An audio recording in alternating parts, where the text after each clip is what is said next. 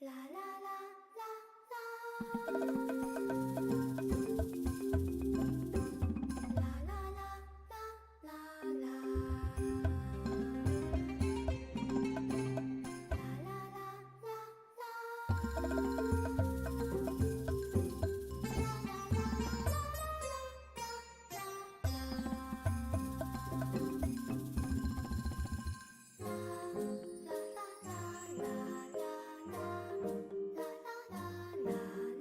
la.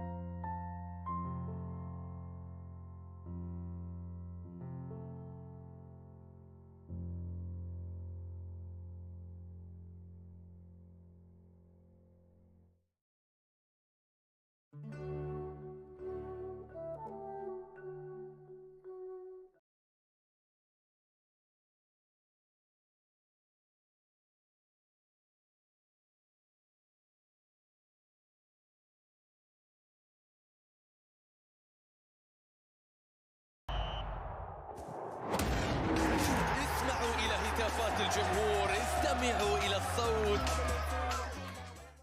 PlayStation will cease to exist.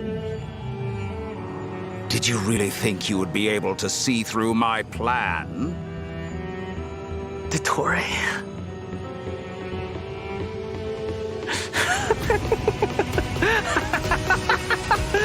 Dottore! In that case, I'll take some time for myself now.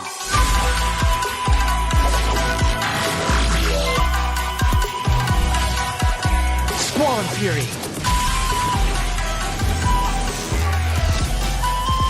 You dare to gaze upon me?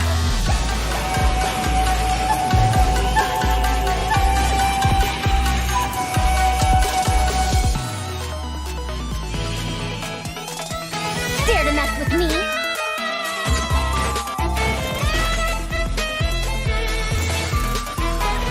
Too late for regret. Have fun with this gift. Scaramouche, the mere fact of your utility does not make you indestructible.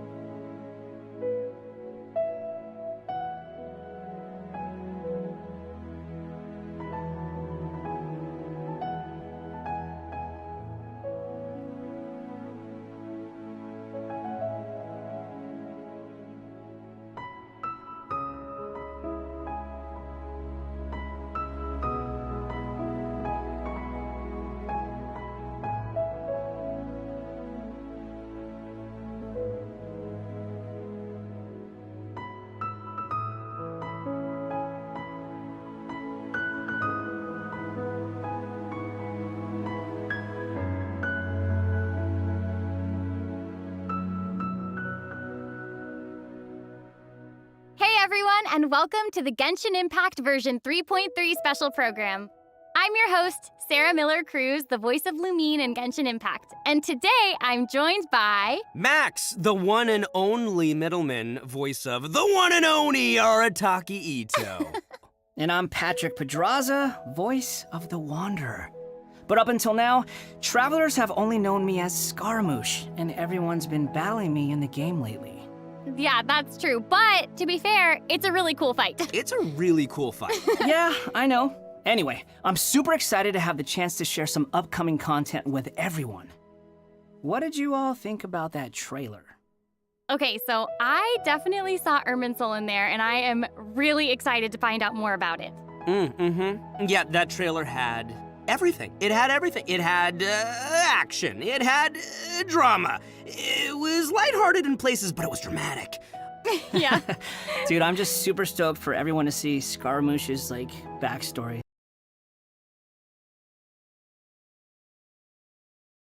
The Wanderer. Yeah, for sure. And there's quite a story behind that. If you're interested, then be sure to play through the Archon Quest interlude chapter, Inversion of Genesis. There is so much to learn in this quest, so I hope everyone checks it out. Oh, come on, man. You can't just leave everyone hanging like that. How about some hints? Come on. But in this interlude chapter, Nahida will task the Traveler and Paimon with keeping an eye on Scaramouche while we go with him into Irminsul in search of some information. Oh, interesting. So obviously Nahida must have some reason for deciding to keep Scaramouche around. Oh, yeah, totally. And I'm liking his style. Ooh, dude's looking sharp. Heck yeah, always. No, right.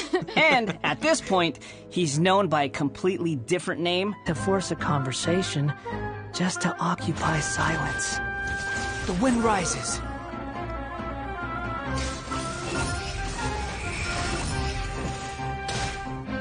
Bow your head.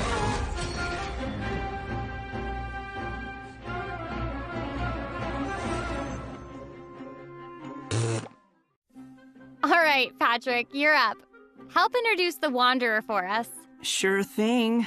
The Wanderer is a catalyst user and has an animo vision, so he uses wind blades to perform ranged normal attacks.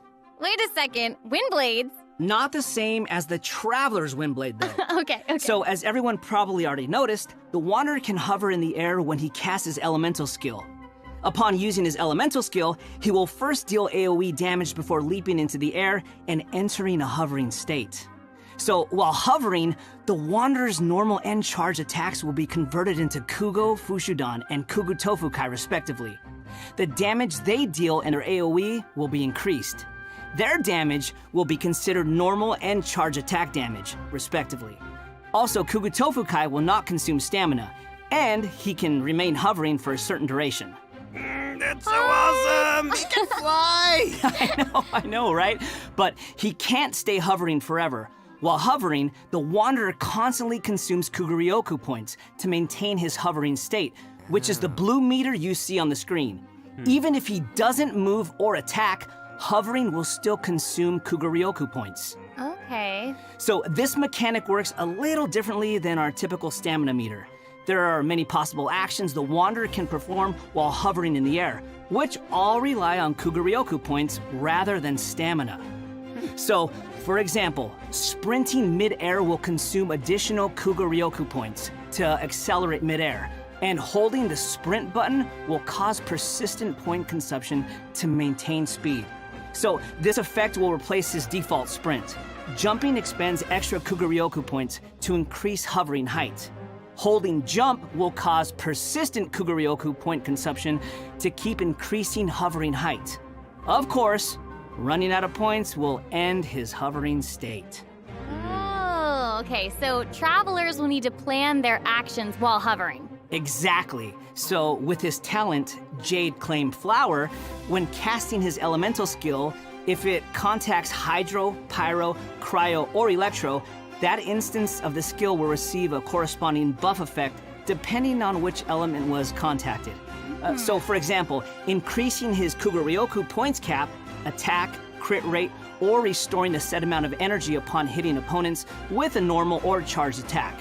The Wanderer can have up to 2 different kinds of these buffs simultaneously. Ooh. Oh, look, check that out. Part of the halo behind him changes color depending on the buffs you get.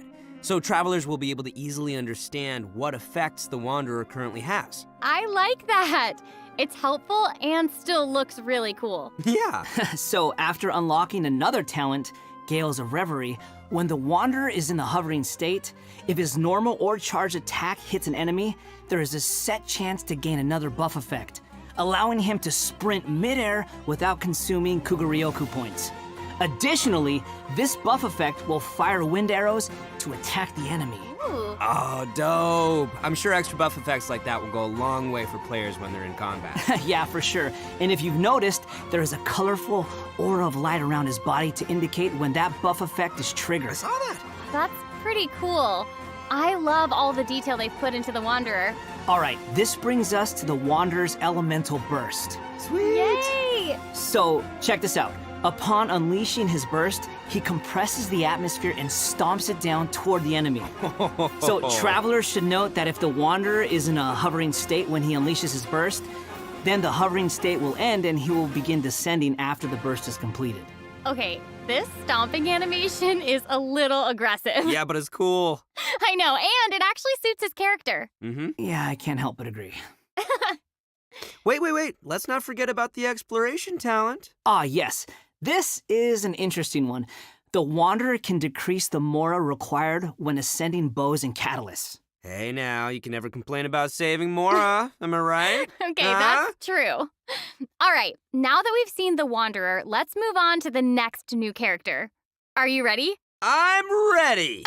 Yay! What did you say? Oh, I'm old now, so every other phrase escapes my ears. Try calling me Madam Farozan, and I'll see if I can pick that up.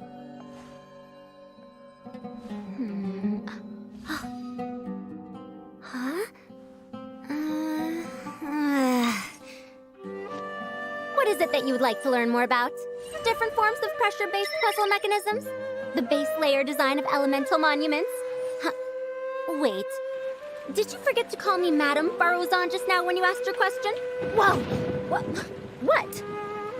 There's nothing wrong with being afraid of thunder, even at an older age. Oh, she sounds sassy. Yeah, I know. and smart too. She seems so awesome. She's fun. I wonder what her skirt's made I know, of. her design is so cool and really detailed. I love it. So, even though she looks super young, she's actually an old person? Like, where's my teeth? Well, she's not that old. I don't Oh, know, right. could've fooled me. Farazan's age is probably still nothing compared to Scaramouche. Mm-hmm. But let's call him the Wanderer, Sarah, please. Okay, you know who I meant.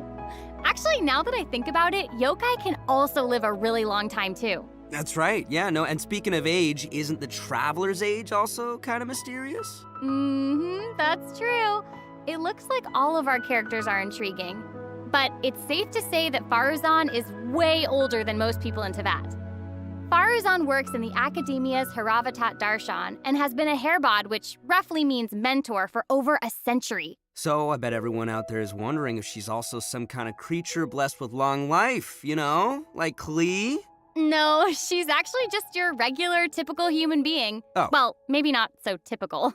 About 100 years ago, Farazan was an undisputed genius, traveling all around Sumeru and solving many puzzles and mysteries.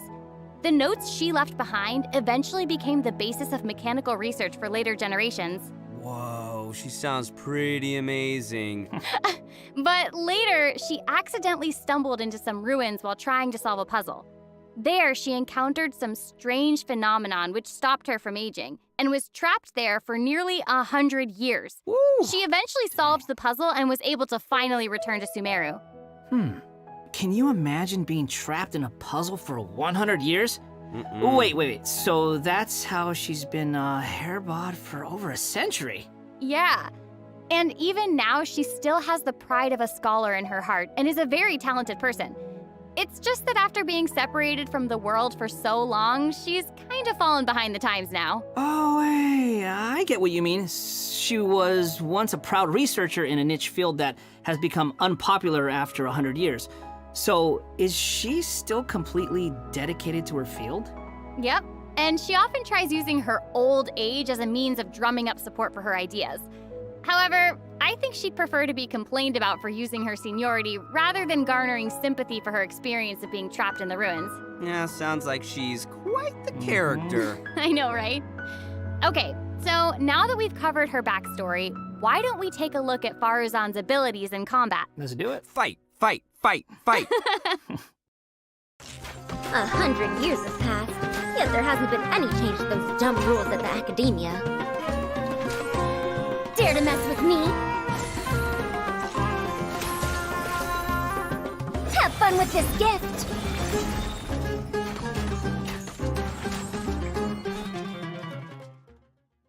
I love all the geometric shapes when she's playing. Did you guys see that? Yes, there's so crazy. much geometry. And I took geometry. It looks so cool. Ah, yeah. So, Farazan is an animo character, and she wields a bow as her weapon. Her normal attacks are the usual bow attacks you'd expect from a bow user, so there's not too much to say about that. But her skills are where things get interesting. Her elemental skill deploys a polyhedron that deals damage to enemies. After using her skill, her next aimed shot will become a special attack that creates a vortex, pulling nearby objects and opponents in. Oh, nice. So she can clump enemies together. And there's also another thing about her special charged attack.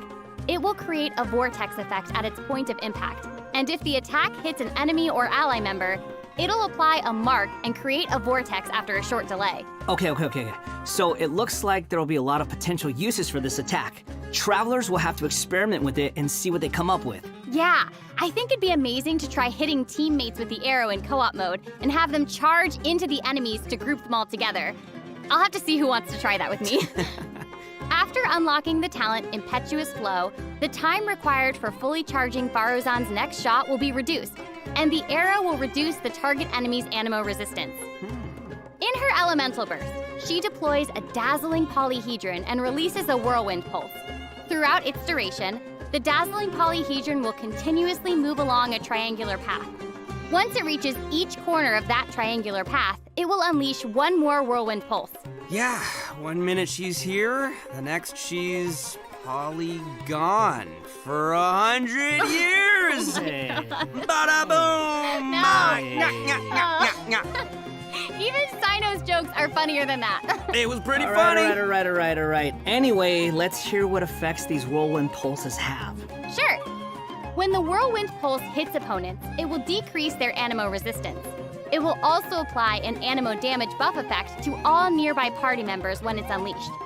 Travelers should note that the effective range of this buff is quite large, and it's not just within the whirlwind pulse itself, so there's no need to go chasing the polyhedron. After unlocking her talent, Lost Wisdom of the Seven Caverns, when a team member uses normal, charged, or plunging attacks, elemental skills, or elemental bursts to deal animo damage to an enemy, the damage will increase based on Farazan's base attack.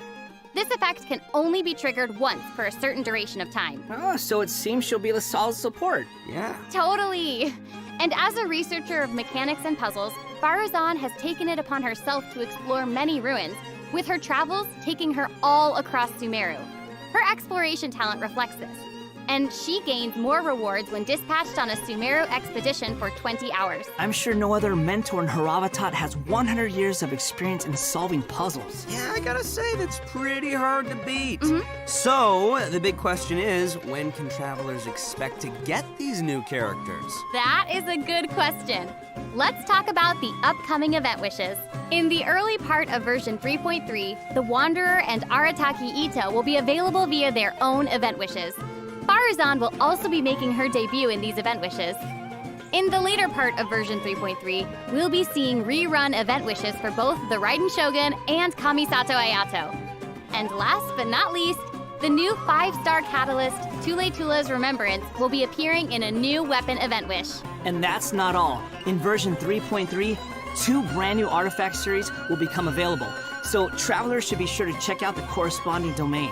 Woo! More artifacts! All right. I hope travelers will have fun experimenting and trying new combinations with these. Yeah. Okay, we've already talked about a ton of new content, so why don't we take a quick break with another redemption code? Sounds good. Roll out the code. Woohoo!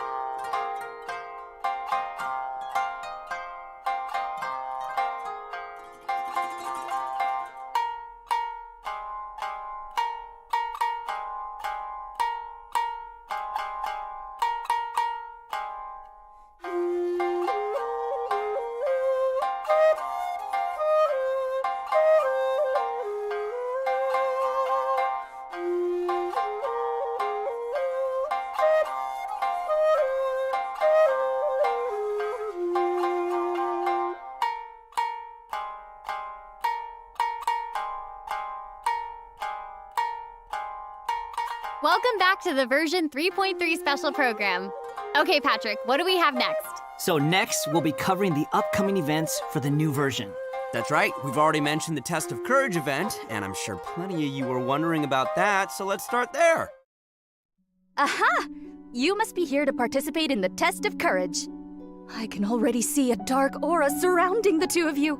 If you carelessly go running into the event, all it'll take is one little misstep, and the darkness will swallow you up. Some strange and unusual things may occur along the way. If you ever feel you can't handle it, you may withdraw from the event at any time. This is your last chance. I'll count it down. 3, 2, 1. Welcome to the Test of Courage. Enter at your own risk. That was pretty interesting. Yeah, I mean, it is a test of courage, so I'm sure there'll be some scary stuff going on there. I ain't scared. Anyway, to successfully clear this event, we'll be facing a series of little tests. Ooh, what's this? Tests, you say? Yes, that's right. Word has it that if you walk around the Test of Courage, you might find yourself encountering a special sort of game. We've already got the rules down, so I'll do a quick introduction. Basically, travelers will have to control a bouncing bar to bounce a ball and use skill ball effects to break as many bricks as possible. Okay, I'm liking this one. Seems pretty straightforward. During the game, travelers will be able to trigger elemental reactions to break bricks more effectively. Nice! It even has elemental reactions. Yeah, we can control the character to move the bar. When the character we're using is either pyro, hydro, cryo, or electro, the corresponding element will be applied to the bar. By switching characters, you can change the element of the bar.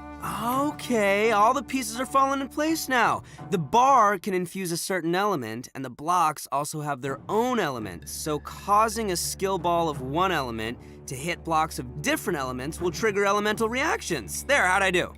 Yep, you nailed it. The bar will add the element corresponding to your character. Besides triggering reactions the way you just mentioned, if a skill ball is already infused by an element and it hits the bar, it will also trigger a reaction, causing the skill ball to have some additional effects. When preparing your team, you can equip modifiers to receive various buff effects, which will help you successfully clear the challenge. Oh, nice. Also, when there are less than a certain amount of bricks on the board and the ball lands another hit, the bar will unleash fireworks. Whoa, cool. Yeah. Travelers can utilize this effect to break some bricks that would normally be difficult to hit directly. It's like a bonus attack. Oh, Yeah. sweet. So, travelers will need to select characters of the right elements, equip the appropriate modifiers, and use different elemental reactions to break bricks and score more points. And then travelers will be able to use their points to exchange for rewards in the event shop, correct? That's right. Also, travelers will have the option of teaming up and playing the event together in co-op mode. Oh, looks like a lot of fun. Yeah, super fun. Yeah, in addition to this minigame, the Test of Courage storyline will also contain more challenges. Travelers will even have a chance to meet with some good friends again, so be sure to check out this new event. All right, let's move on to our next event. Okay, so next up, we have a race event called Across the Wilderness.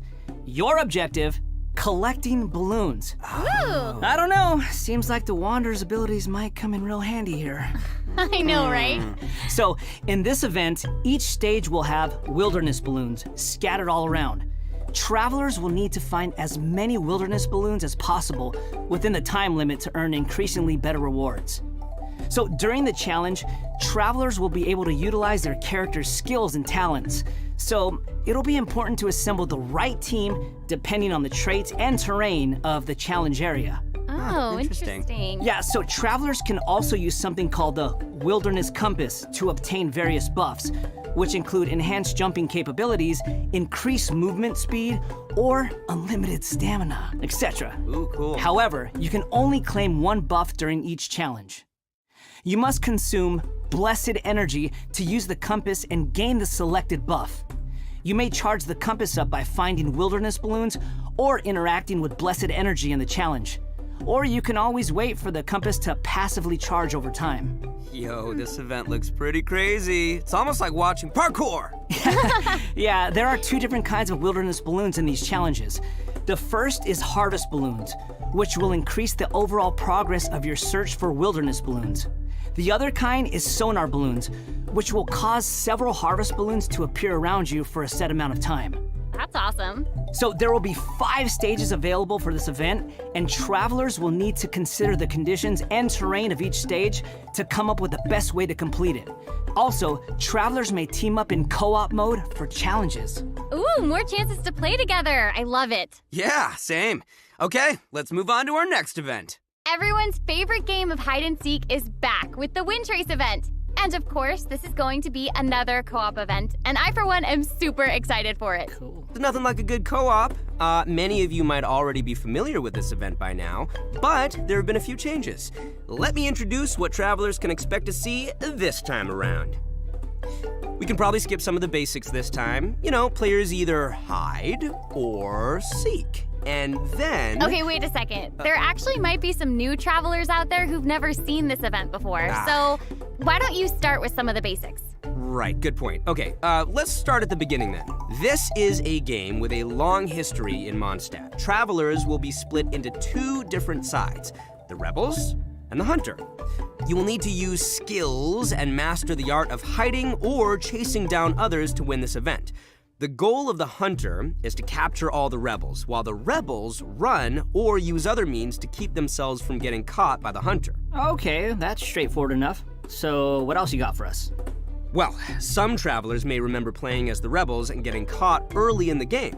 Once that would happen, all you could do was spectate and watch the rest as the others continue playing. But this time around, once you're caught, you'll still be able to participate in the match even in observer mode. Ooh.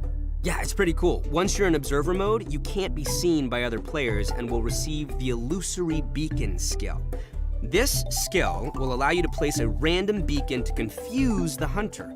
If your beacon successfully tricks the hunter and is destroyed, then the hunter will suffer an obscured vision effect. So even after you've been captured, you can be like a little ghost, trying to help your teammates by disrupting the hunter. Yeah. That's pretty fun. And at least you won't have to sit there and just watch the rest of the match anymore. Exactly, but what does the hunter get this time? I mean, we gotta keep it fair. Some new windward arts have been added for both the hunter and the rebels. The hunter will now be able to use the hunter's net. This net can be thrown and will remove any rebel disguises within its range, and will notify the hunter that a rebel was detected. If a beacon is caught in the net, it'll be destroyed and the hunter will not suffer from obscured vision. Nice. So I guess if you love playing hunter, you'll probably love this. Oh yeah, you definitely should. The skill rebels used in previous versions of the game to place beacons can now only be used by players in observer mode. However, the rebels will be able to use an all-new concealing beacon skill. This skill will allow you to deploy a beacon for a set duration and remain invisible while you're around that beacon. All players, including your rebel teammates, will be unable to see you while you're invisible. If the concealing beacon is destroyed by the hunter, then the hunter will have their vision obscured for a short time. Sounds pretty fun, huh? Yeah. Yeah, so even if you end up being captured by the hunter at the start of the game, you'll still be able to participate and assist your teammates. And, did I mention primogems and other rewards? The good stuff. So be sure to check it out. Oh, that's awesome. Seriously, I can't wait to play with friends. Okay, our next event is a combat-based event. Time for some combat! Whoop, whoop. In a forbidden place warded by dust and sand, mysterious foes have assembled lines of fortifications to stop your coming. Ooh.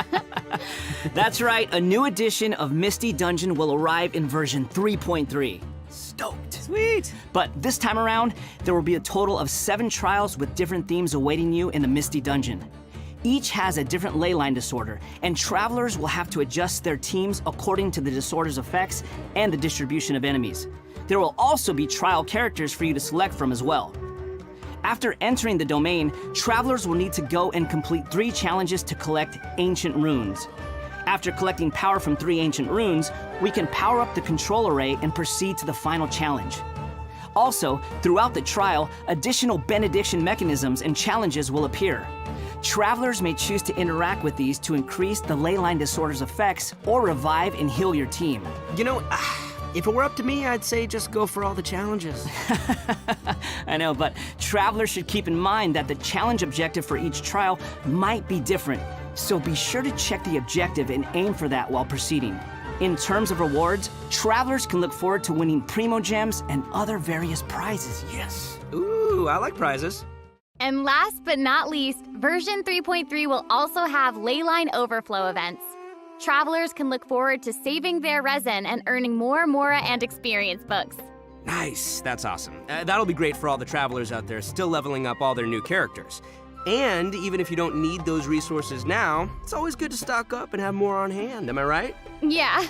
So, travelers looking to upgrade their characters won't want to miss this. Yeah, I mean, this is all good stuff. In addition to the new version's limited time events, version 3.3 will also be adding a new permanent game mode called Genius Invocation TCG. Genius Invocation TCG! But before we get into that, let's take another quick break and enjoy a redemption code! Heck Yay! yeah. Slap that code on the screen!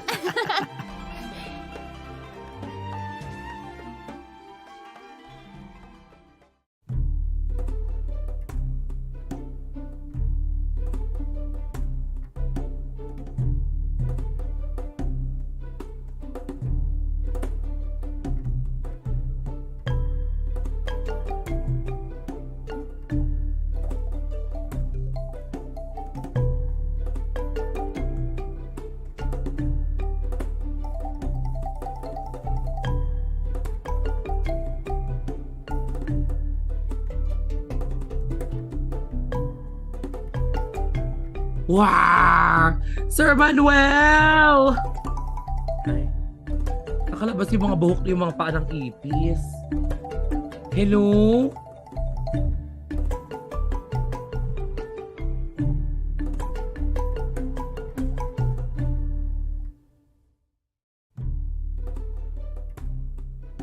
Welcome back, everyone. During our journey into VAT, we've stumbled across several NPCs talking about a game called Genius Invocation TCG. So next, we'll introduce this card game that's been taking to VAT by storm. In the version 3.1 special program, we already revealed that Genius Invocation TCG will be a card game where we can challenge various characters and NPCs or battle against your friends. But there is actually a legend behind this game. It is said that a young guy in Sumeru found an ancient casket of tomes in the attic. He opened it and discovered that the soul of an ancient TCG player called the Crocodile King had been captured inside. What a name. It turns out that the Crocodile King was King Deshret's viceroy, who battled an opponent named the Ibis King. During the match, the Crocodile King fell prey to his opponent's scheme and was sealed away in the casket of tomes. Ouch, game over. After being unexpectedly released by the kid, the Crocodile King possesses him and helps him to gradually climb the ranks to becoming a legendary TCG player. Nice. Hang on, is it just me, or does that kind of sound like the plot to a light novel or something? You're right. It turns out that Yai Publishing House is about to release a hit light novel series based on Genius Invocation TCG. Okay, now this is starting to sound like a plug for Yai Publishing House. Maybe. But anyway, that's the legend on how Genius Invocation TCG came to be. Though it's probably just a story they came up with for marketing the game. So while you were telling us about the story, I was over here researching the rules to the game. Basically, Genius Invocation TCG is a game where you use a constructed deck of cards to duel against an opponent. The objective is to defeat all of your opponent's character cards. That's right. Also, there are many features and mechanics in the game that resonate with Genshin Impact's gameplay, so it shouldn't be too hard for players to get the hang of. Right, I even saw some elemental reactions in the gameplay. Yup, a constructed deck must contain character cards. And as you might expect, these character cards have a normal attack, an elemental skill, and an elemental burst. So when a character card deals elemental damage to an enemy, it will cause them to be affected by that element. Then, you can switch to a character card of a different element and use their abilities to trigger an elemental reaction. Wait, did you guys notice that there are even monster character cards? Can we even make a deck of, just the monsters from the game? You're really getting into this, Max. Heck yeah, I am! I like card games! Who doesn't? So in Genius Invocation TCG, all actions require you to spend elemental dice. Each round, both you and your opponent will roll 8 elemental dice. Each of these elemental dice can have any one of 8 elemental attributes. Hold on, but there's only 7 elements in the world of Teyvat. You're right. So in addition to the 7 standard elements, there's also one called the Omni element. The elemental dice required for a character card to perform an action correspond to the character's element. So for example, a Pyro character like Diluc needs either Pyro or Omni elemental dice to perform an action. Clear now? Yep, crystal clear. Also, elemental dice can be used to switch characters or play a variety of other cards, such as equipment cards, event cards, and support cards. All these cards create the potential for a variety of strategies. Right. While playing Genius Invocation TCG, travelers can earn player experience, which will increase your player level. As your level increases, you'll be able to challenge more characters and NPCs. By completing challenges, you may earn lucky coins, new cards, or other rewards. Lucky coins can be exchanged in the event shop for cards, or can even unlock dynamic skins for certain cards. Dynamic skins? Those are cards that have moving illustrations, right? That's right. All character cards can unlock a dynamic skin. After unlocking that, there'll even be a cool bonus animation whenever you cast that character's elemental burst. Cool. And if you're confident in your TCG skills, you can also invite a friend to duel. After reaching a high enough player level, you'll even unlock a matchmaking mode. so be sure to give it a try. Travelers should note that playing against your friends or other travelers won't count towards any leaderboards or provide any rewards. So you can relax. It's all just for fun. Okay, that's everything we have for Genius Invocation TCG, and that brings us to the end of today's special program. Aw. So, what did you think? Why does it have to be over? There's so much that this version has to offer. Yeah, I can't even take it all in right now. I'm just super stoked to be part of this. I think I just gained some Kuguryoku points just doing this whole thing, so. Man, the new characters look cool. I know, what about Scaramouche hovering? Like, that's insane. I know, that's awesome. That's super dope. That's awesome. And I cannot wait to play in some of these events and mini games. I'm super excited. This was so fun. I'm really glad that we got to do the special program together. I'm so happy I got to come back for another special program. This is my 3rd time being on one of these, and I can't wait for number 4. I'm counting. I'm so happy. This is my first one, so thank you for having me. Doesn't it feel good? Yes. Doesn't I it feel good to honored feel be here. special? Seriously, I'm Do just you like- feel special? I really do. Thank you. Well, I think this is the end of our special program. So I hope everyone enjoyed it, and we'll see you in game. Okay, bye. Bye. Okay, bye, everybody. Bye, everyone.